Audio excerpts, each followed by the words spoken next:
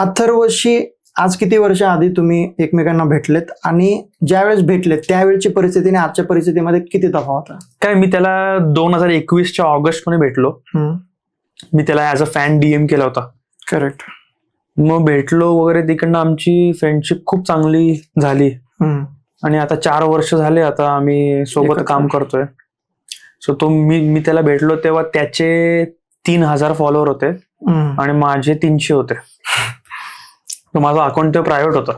माझा असं विचार पण नव्हता कधी मनात. झालं आणि आता ते शिखरावर पोहोचलं.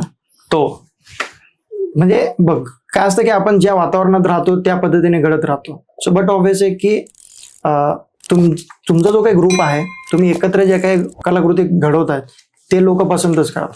सो बट ऑब्व्हियस आहे की अथर्व सोबत तुझं नाव किंवा तुझ्यासोबत अथर्वचं नाव लागलेलंच. बरोबर. त्याच्यामुळे ते लोकांना बघायचा दृष्टिकोन एकच झालेला. बरोबर.